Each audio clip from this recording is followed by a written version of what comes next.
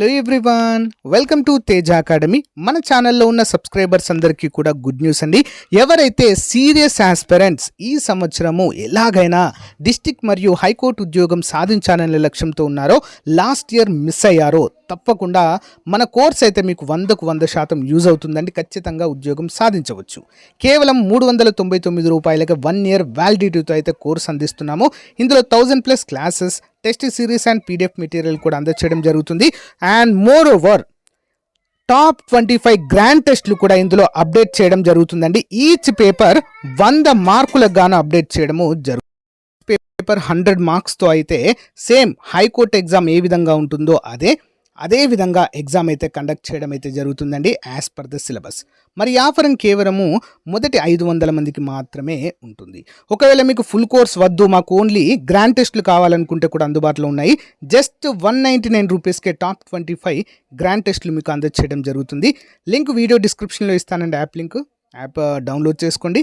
App దొరకకపోతే test series అని comment పెట్టండి ఫ్రెండ్స్, మీకు యాప్ లింక్ అయితే పంపడం జరుగుతుంది. ఓకేనా? బట్ ప్రతి ఒక్కరి దగ్గర ఈ కోర్స్ ఉండేలా చూసుకోండి. Okay, all the best. Thank you. Hello everyone, welcome to Teja academy. So guys, ఈరోజు మనము తెలంగాణ హైకోర్టు మరియు డిస్ట్రిక్ట్ కోర్టులో విడుదలైనటువంటి అన్ని కేటగిరీల ఉద్యోగాలకు ఉపయోగపడేటువంటి మోడల్ పేపర్ చూస్తున్నాము. చాలా అంటే చాలా ఇంపార్టెంట్ అండి. సో ప్రతిరోజు ఒక మోడల్ పేపర్ మరియు ఒక క్లాస్ అయితే అప్డేట్ చేయడం జరుగుతుంది. రెగ్యులర్గా ఫాలో అవ్వండి. మొదటిసారి చూస్తున్న వారు తప్పకుండా సబ్స్క్రైబ్ చేయండి. ఓకేనా? లేట్ చేయకుండా కంటెంట్లోకి వెళ్ళిపోదాము. అంతేకాకుండా మన యాప్లో లాంచ్ చేసినటువంటి ఫుల్ కోర్స్ 399 ఆఫర్తో ఉన్న ఫుల్ కోర్స్ మరియు 199 ఆఫర్తో ఉన్నటువంటి టెస్ట్ సిరీస్ ప్రతి ఒక్కరి దగ్గర ఉండేలా చూసుకోండి ఫ్రెండ్స్, మీకు చాలా యూస్ఫుల్గా ఉంటుంది. సో ఆన్లైన్ ఎగ్జామ్స్ అనేవి ప్రతి 2 రోజులకు ఒక ఆన్లైన్ ఎగ్జామ్ అయితే అప్డేట్ చేయడం జరుగుతుంది. ఇప్పటివరకు 10 గ్రాండ్ టెస్ట్లు అయితే అప్డేట్ చేశాము కోర్సులో, గమనించాలి. సో నెక్స్ట్ మంత్ ఫిబ్రవరి 15 లోపు మ్యాక్సిమం అన్నీ కూడా అప్డేట్ చేయడం జరుగుతుంది యాప్లో. సో మీరైతే ఎన్నిసార్లైనా ప్రాక్టీస్ చేయవచ్చు. ఓకేనా? లేట్ చేయకుండా కంటెంట్లోకి వెళ్దాం. ముందుగా చిన్న లైక్ చేయండి. Question number 1.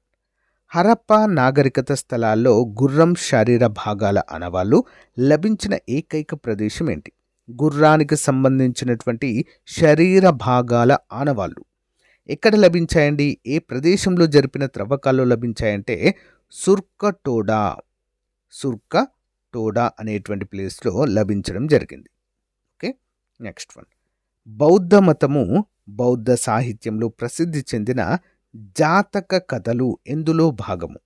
జాతక కథలు, ఓకే, బుద్ధుని గురించి వివరించేటువంటి కథలండి ఇవన్నీ కూడా. ఓకేనా? మరి ఎందులో భాగమండి ఇవి? ఆప్షన్ 2 సుత్తపీఠిక, వినయపీఠిక, అభిధమ్మ పీఠిక. ఈ 3 కలిపి ఏమంటారు? బౌద్ధ మత పవిత్ర గ్రంథాలు అంటారండి. సుత్తపీఠిక, వినయపీఠిక, అభిధమ్మ పీఠిక. మరి జాతిక కథలు ఎందులో మెన్షన్ చేశారంటే సుత్తపీఠికలో మెన్షన్ చేయడం అయితే జరిగింది. ఓకేనా? అజంతా గుహల్లో మీరు గమనించినట్లయితే అజంతా గుహల్లో బుద్ధునికి సంబంధించినటువంటి జాతక కథలు బొమ్మల రూపంలో చెక్కడం జరిగిందండి. చాలాసార్లు ఇది కూడా అడిగారు. ఓకేనా? నెక్స్ట్ 1. అశోకుడు శాసనాల్లో తనను తాను ఏమని సంబోధించుకున్నాడు? భారతదేశంలో శాసనాలు వేయించిన మొదటి రాజు ఎవరండి? అశోకుడే. మరి తనను తాను ఏమని సంబోధించుకున్నాడు తన శాసనాలలో అంటే ఆప్షన్ 2 ప్రియదర్శి. ఓకే, దేవునికి అత్యంత ప్రియమైన వ్యక్తి అని అర్థము. ఓకేనా? గమనించాలి. క్రింది వాటిని పరిశీలించండి. కుతుబ్ మినార్, ఫతేపూర్ సిక్రీ, తుగ్లకాబాద్ కోట, లోడి ఉద్యానవనాలు. ఓకేనా? సో మరి ఏది ముందుగా ప్రారంభించడం జరిగింది అని, దేని నిర్మాణం మొదటగా జరిగింది అనేది చూద్దాము. ముందుగా కుతుబ్ మినార్ అండి. ఓకేనా? తర్వాత తుగ్లకాబాద్ కోట, తర్వాత లోడి ఉద్యానవనాలు, తర్వాత ఫతేపూర్ సిక్రీ అయితే మనము చూడవచ్చు. క్రింది వారి బిరుదులతో జతపరచండి. Pandit Malaviya, Chittaranjan Das, Abdul Ghaffar Khan, Charles Freer Andrews. వీరి యొక్క బిరుదులు ఏంటి? చాలా ఇంపార్టెంట్ క్వశ్చన్. ఓకేనా? చూద్దాము. ముందుగా పండిత మాలవీయ. ఓకే, పండిత మాలవీయ అంటే పూర్తి పేరేంటి? మదన్ మోహన్ మాలవీయ గారండి. ఓకేనా? వీరి యొక్క బిరుదేంటి? మహామాన అనేటువంటి బిరుదు కలదు. మహామాన. చిత్తరంజన్ దాస్ గారికి ఏం బిరుదు కలదండి? దేశబంధు. ఓకే, దేశబంధు. దీనబంధు అని సిఎఫ్ ఆండ్రూస్ గారికి ఉంటుందండి. సిఎఫ్ ఆండ్రూస్కి దీనబంధు, దేశబంధు అని చిత్తరంజన్ దాస్ గారికి ఉంటుంది. ఓకేనా? Next one. ఖాన్ అబ్దుల్ గఫర్ ఖాన్కి ఏ బిరుదు కలదు మరి? సరిహద్దు గాంధీ. ఓకే, సరిహద్దు గాంధీ. నెక్స్ట్ వన్ చూద్దాము. Charles Freer Andrews Deenabandhu. Charles Freer ఆండ్రూస్కి దీనబంధు అనేటువంటిది ఉంటుంది. చాలాసార్లు ఎగ్జామ్లో రిపీటెడ్గా వస్తున్న బిట్స్ అండి ఇవి. Next one. ఆగస్ట్ ఆఫర్లో చేసిన ప్రతిపాదన పేరేంటి? ఆగస్ట్ ఆఫర్లో చేసిన ప్రతిపాదన ఏమిటి? ఆప్షన్ 1 డొమినియన్ స్థాయి. ఓకే, డొమినియన్ స్థాయి. Next one. 1928లో బార్డోలీ సత్యాగ్రహానికి నాయకత్వం వహించిన వారు ఎవరు? 1928లో బార్డోలీ సత్యాగ్రహానికి ఎవరండి నాయకత్వం వహించింది? సర్దార్ వల్లాభాయ్ పటేల్. ఈ ఉద్యమానికి నాయకత్వం వహించినందుకు గాను బార్డోలీ వీరుడుగా వీరికైతే బిరుదు రావడం జరిగింది. ఏం బిరుదండి? బార్డోలీ వీరుడు అని చెప్పేసి. Okay, next one. బందీ జీవన్ ఉద్యమం అనేటువంటి గ్రంథంను రచించిన వారు ఎవరు? బందీ జీవన్ ఎవరండి? సచింద్ర సన్యాల్. ఎవరండి? సచింద్ర సన్యాల్. Next one. భారతీయ శిల్పకళకు పరాకాష్ఠగా పేరు పొందిన నటరాజు కాంస్య విగ్రహం ఏ రాజుల కాలం నాటి కళకు చెందినది? నటరాజు కాంస్య విగ్రహం అత్యున్నత స్థాయి టెక్నాలజీని ఆ కాలంలోనే ఉపయోగించి రూపొందించినటువంటి నటరాజ విగ్రహము ఏ కళకు చెందినది? ఆప్షన్ 3 చోళ కళ అండి. చోళుల కళగా చెప్పుకోవచ్చు. Next one. బిపిన్ చంద్రపాల్ రాజమండ్రి పర్యటనలో క్రియాశీల పాత్ర పోషించిన సంస్థ ఏంటి? బిపిన్ చంద్రపాల్ గారు రాజమండ్రికి రావడం జరిగింది. మరి వీరు పర్యటనలో క్రియాశీల పాత్ర పోషించిన సంస్థ ఏంటండి? ఆప్షన్ 3 బాలభారతి సమితి. Next one. త్రిపురామాత్య మహేశ్వర అనే బిరుదు ఏ రాజు ధరించారు? త్రిపురామాత్య మహేశ్వర అన్న బిరుదు ఏ రాజుకుందండి ఇది? ఆప్షన్ 2 గుణగ విజయాదిత్యుడికి కలదు. గుణగ విజయాదిత్యుడికి. Next one. ఇన్ సిటు జీవ వైవిధ్య సంరక్షణ విధానంలో ఒక కార్యక్రమం కానిది? ఇన్ సిటు జీవ వైవిధ్య సంరక్షణ విధానంలో ఒక కార్యక్రమం కానిది ఏంటి? ఆప్షన్ 4 ఉద్యానవనాలు అనేది తప్పు. ఓకేనా? ఇందులో భాగంగా జాతీయ పార్కులను సంరక్షణ చేస్తారు. టైగర్ పార్కులు కావచ్చు, బయోస్పియర్ రిజర్వ్లను కావచ్చు, వీరు పరిరక్షించడం అయితే జరుగుతుంది. Okay, next one. లుషాయిలు ప్రధాన తెగ గలవారు ఏ రాష్ట్రంలో ఉన్నారు? లుషాయిలు ప్రధాన తెగ గలవారు ఏ రాష్ట్రంలో ఉన్నారు? 13 ఆన్సర్ ఆప్షన్ 4 అండి. త్రిపుర రాష్ట్రంలో, ఈశాన్య రాష్ట్రము త్రిపురలో అయితే వీరు ఉండడాన్ని మనము చూడవచ్చు. ఓకేనా? ఇంపార్టెంట్ క్వశ్చన్ అండి. Next one. పర్యావరణ పరిరక్షణకు శ్రీ జంబేశ్వర్ ఎన్ని సూత్రాలను ప్రతిపాదించారు? పర్యావరణ పరిరక్షణకు శ్రీ జంబేశ్వర్ గారు ఎన్ని సూత్రాలను ప్రతిపాదించడం జరిగింది? ఆప్షన్ 3 29 సూత్రాలు. Next one. భారతదేశంలో ఏ సంవత్సరంలో భారత వన్యప్రాణి మండలిని స్థాపించారు? భారత వన్యప్రాణి మండలి అండి. ఎప్పుడు అది? ఆప్షన్ 2 1952లోనే ప్రారంభించడం జరిగిందండి. ఓకేనా? 1952లో భారత వన్యప్రాణుల మండలి ఏర్పాటు చేశారు. 1972లో మొదటిసారిగా ఓకే అటవీ సంరక్షణ చట్టాన్ని తీసుకొచ్చారండి మన దేశంలో. Okay, after 20 years. Next one. క్రింది వాటిని జతపరచండి. ప్రాథమిక, ద్వితీయ, తృతీయ రంగాలు ఏది ఏ రంగం క్రిందికి వస్తుంది అని అర్థం. ప్రాథమిక రంగం అనగానే మనం ఏం గుర్తుంచుకోవాలండి? వ్యవసాయ మరియు వ్యవసాయ అనుబంధ రంగాలన్నీ కూడా ప్రాథమిక రంగంలోకి వస్తాయి. ద్వితీయ రంగం అంటే పరిశ్రమలు. తృతీయ రంగం అంటే సేవా రంగము. మరి చూద్దాం ఏది దేని క్రిందికి వస్తుంది ఇందులో? ప్రాథమిక రంగము. ఏంటి ప్రాథమిక రంగం అంటే దేని క్రిందికి వస్తుందంటే గనుల త్రవ్వకము. ఓకే, ప్రాథమిక రంగం. ద్వితీయ రంగం అంటే దేని కిందకొస్తుంది? విద్యుత్, గ్యాస్, నీటి సరఫరా. యాహ్! నెక్స్ట్ తృతీయ రంగం అంటే సారీ అండి. ఇది మిస్టేక్ ఇచ్చారు గమనించాలి. ఓకే. యాహ్! ముందుగా తృతీయ రంగం అంటే ఏమొస్తుందంటే విద్యుత్తు, గ్యాస్, నీటి సరఫరా. ఇదొక సేవ. ఓకేనా? 2. నెక్స్ట్ ద్వితీయ రంగం అంటే పరిశ్రమలు. ఓకేనా? పరిశ్రమలుగా చెప్పుకోవచ్చు. కరెక్ట్ ఇచ్చారండి ఇది. ప్రాథమిక రంగము గనుల త్రవ్వకము గమనించాలి. నెక్స్ట్ ద్వితీయ రంగం అంటే విద్యుత్తు, గ్యాస్, నీటి సరఫరా. ఓకేనా? ద్వితీయ రంగము. తృతీయ రంగం అంటే రవాణా, నిల్వ, సమాచారం. ఇదంతా సేవా రంగానికి ఇదికొస్తుంది. ఓకే. కరెక్ట్ ఇచ్చారు గమనించాలి. నిరుద్యోగ నిర్మూలన ప్రణాళిక అని ఏ ప్రణాళికను పిలుస్తారు? నిరుద్యోగ నిర్మూలన ప్రణాళిక.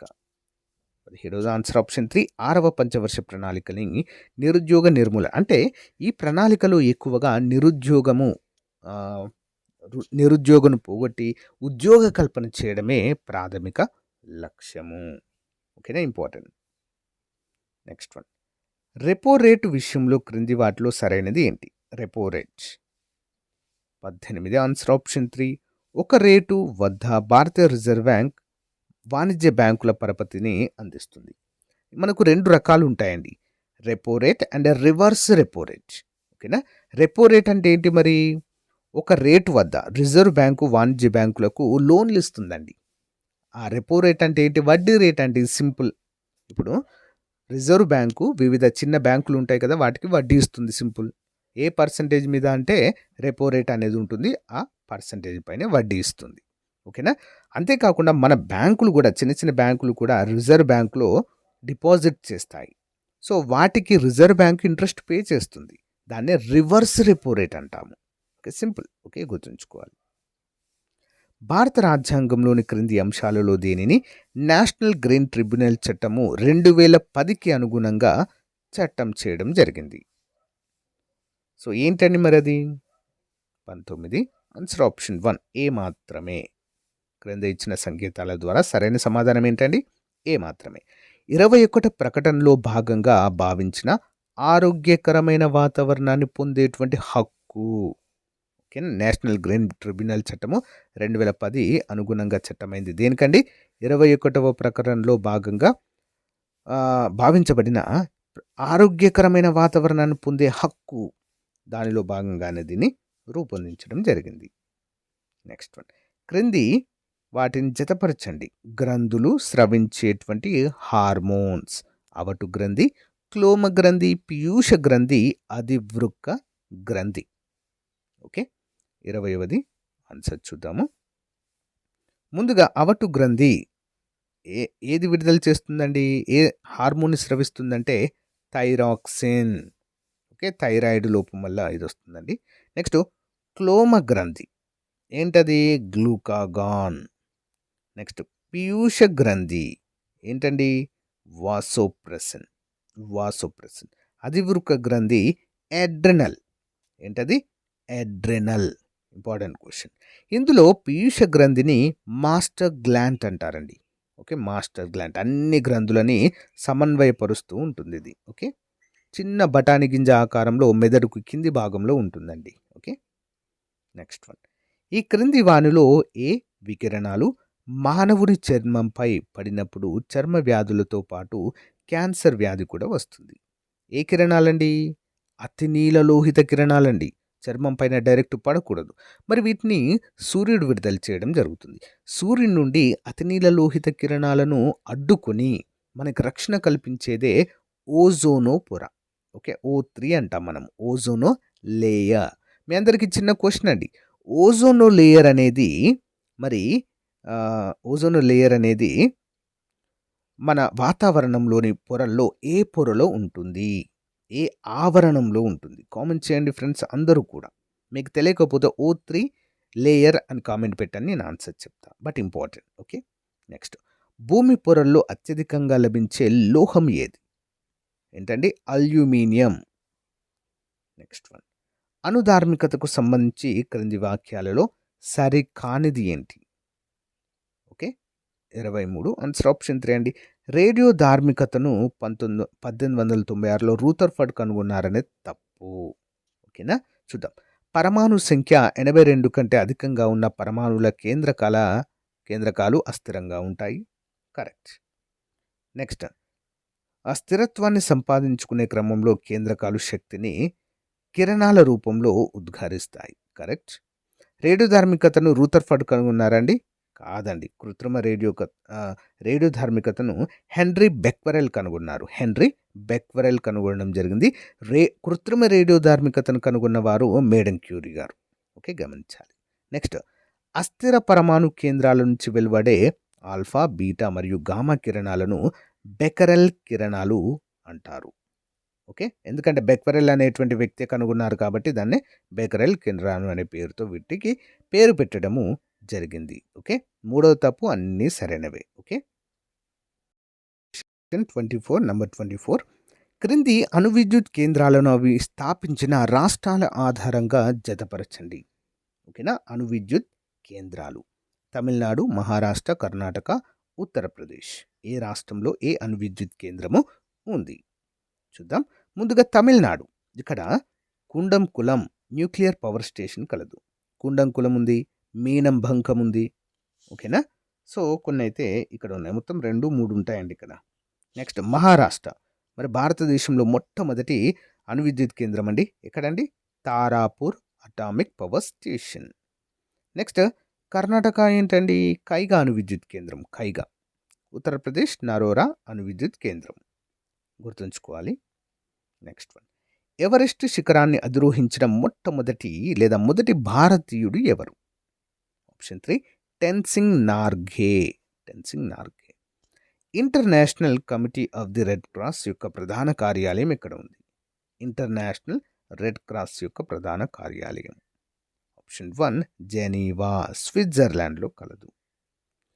ధ్రువ ప్రాంతాల అధ్యయనంలో పేరొందిన శాస్త్రవేత్త వలేరీ మెట్కో దేశద్రోహ అభియోగాలపై గృహ నిర్బంధంలో ఉంటూ ప్రాణాలు కోల్పోయారు. అయితే ఆయన ఏ దేశస్థుడు?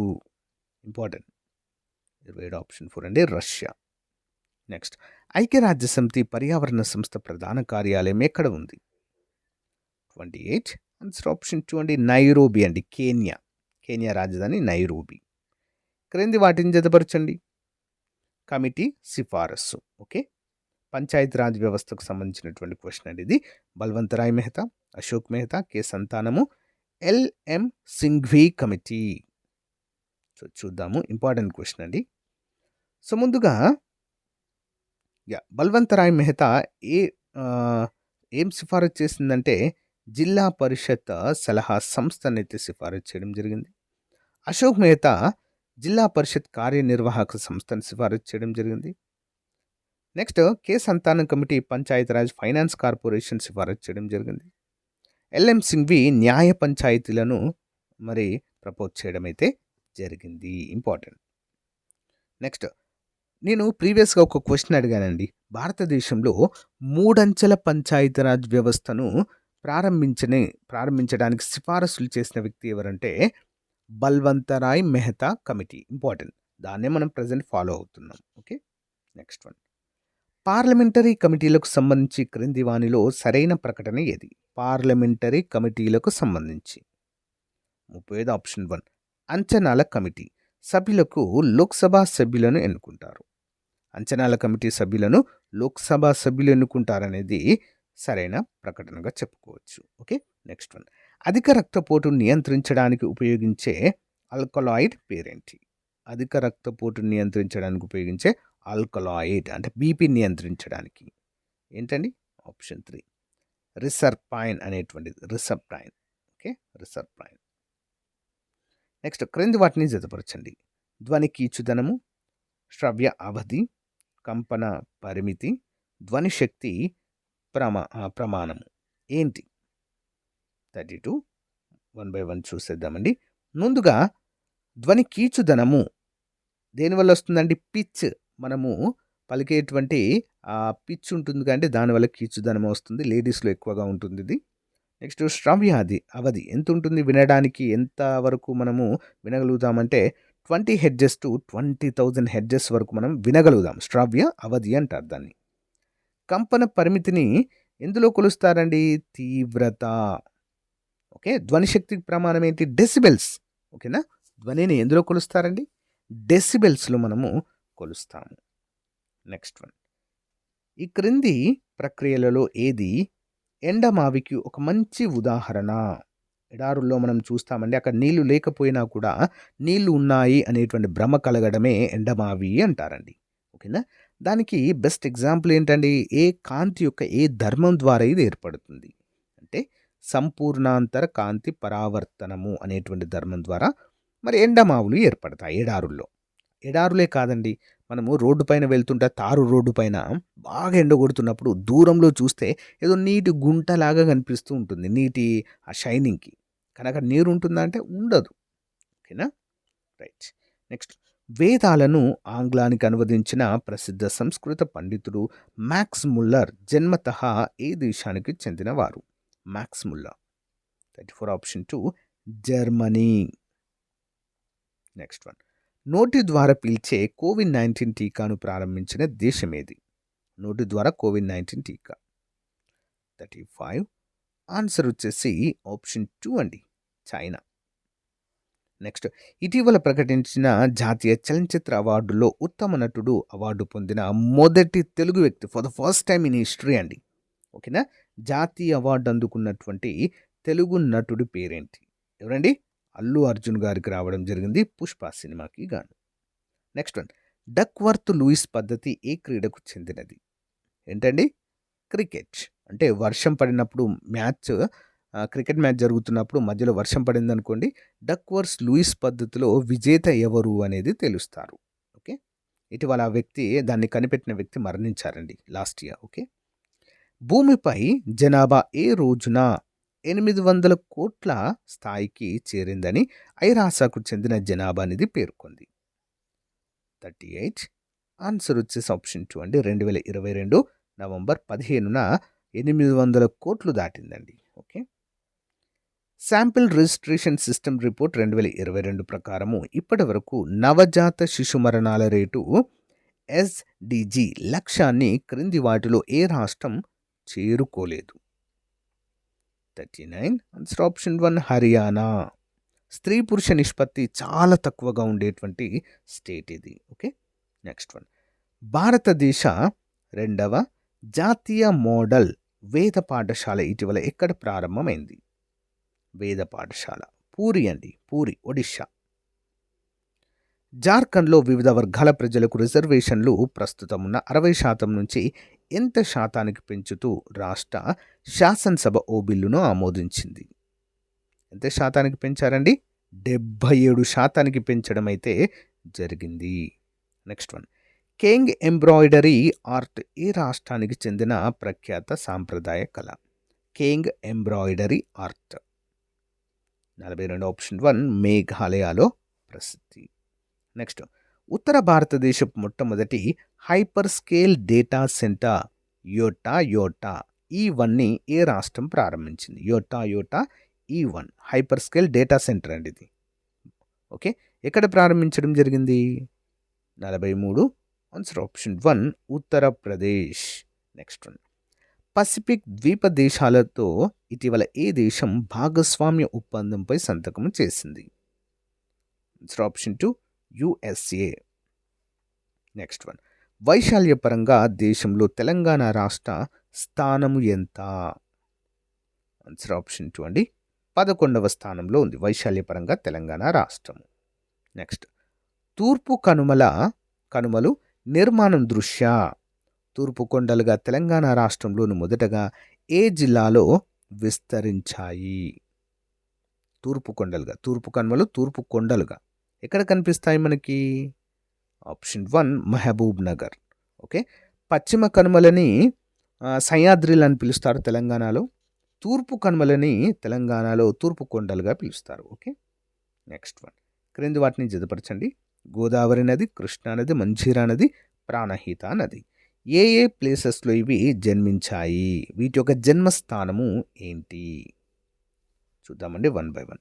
గోదావరి నది పశ్చిమ కనుమల్లోని నాసిక్లోని త్రయంబకం అనే ప్లేస్లో జన్మించింది.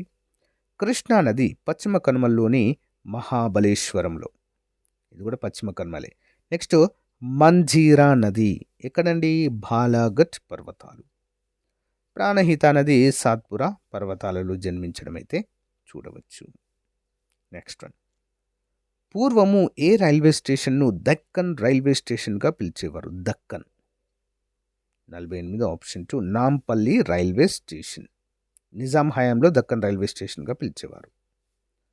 క్రింది వాటిని జతపరచండి. సోయా ప్రాసెసింగ్ యూనిట్, సబ్బుల తయారీ కేంద్రము, జిగురు శుద్ధి కేంద్రము, తేనె శుద్ధి కేంద్రము ఎక్కడున్నాయి మరి ఇవి? 49 ఆప్షన్ 1 చూద్దాం. సోయా ప్రాసెసింగ్ యూనిట్ ఉట్నూరులో ఉందండి, ఉట్నూరు. నెక్స్ట్ సబ్బుల తయారీ కేంద్రము ములుగులో ఉంది. ఓకే. నెక్స్ట్ జిగురు శుద్ధి కేంద్రం, మళ్ళీ ఒకసారి చూద్దాం, ఇది మిస్టేక్ అయింది. సోయా ప్రాసెసింగ్ యూనిట్ ఎక్కడ ఉందండి? ఉట్నూరులో ఉంది, ఉట్నూరు. నెక్స్ట్ సబ్బుల తయారీ ఎక్కడ ఉందంటే కామారెడ్డి అండి, కామారెడ్డి జిల్లా.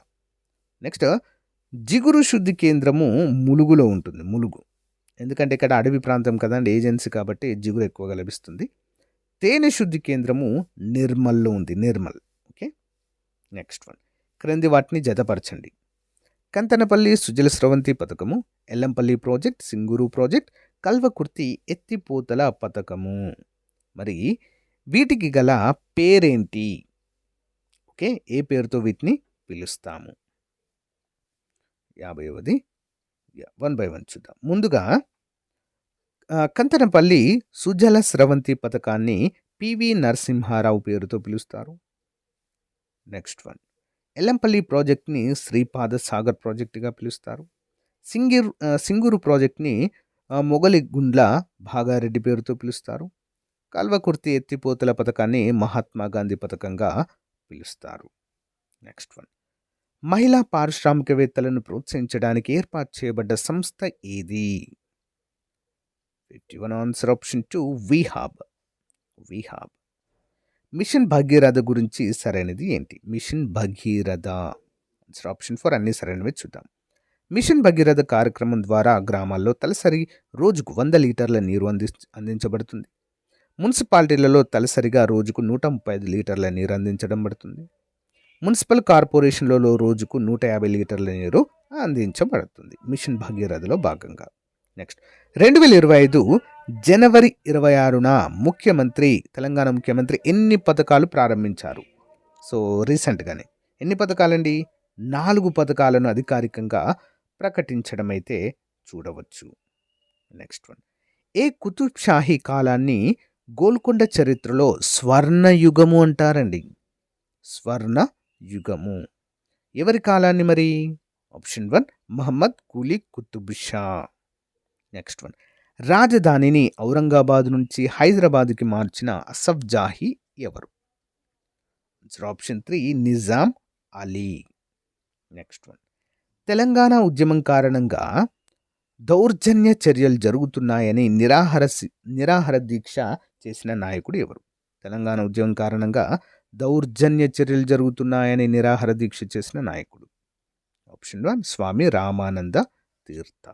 నెక్స్ట్ 1969 ఉద్యమ సమయంలో ఎవరు ప్రత్యేక తెలంగాణ రాష్ట్ర మ్యాప్ను ఆవిష్కరించినది?